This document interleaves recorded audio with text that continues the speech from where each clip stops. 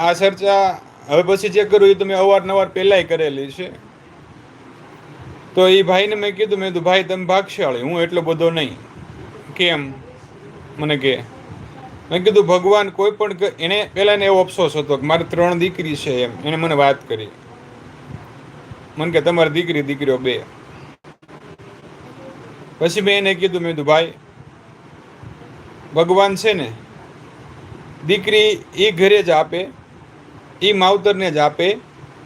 એને ખબર હોય કે આ વ્યક્તિ આને ઉછેર કરી શકશે, આનું લાલન પાલન કરશે, આને સાચવશે. મેં કીધું તમારે જેટલો હું ભાગશાળી નહીં. મારે પહેલી દીકરી, બીજો દીકરો આપ્યો ભગવાને. મેં અવારનવાર કીધું છે. ખરેખર હું તમને વળી પાછો કહું છું કે જ્યારે મારે પહેલી દીકરી અને પછી આ ભાઈ વખતે જ્યારે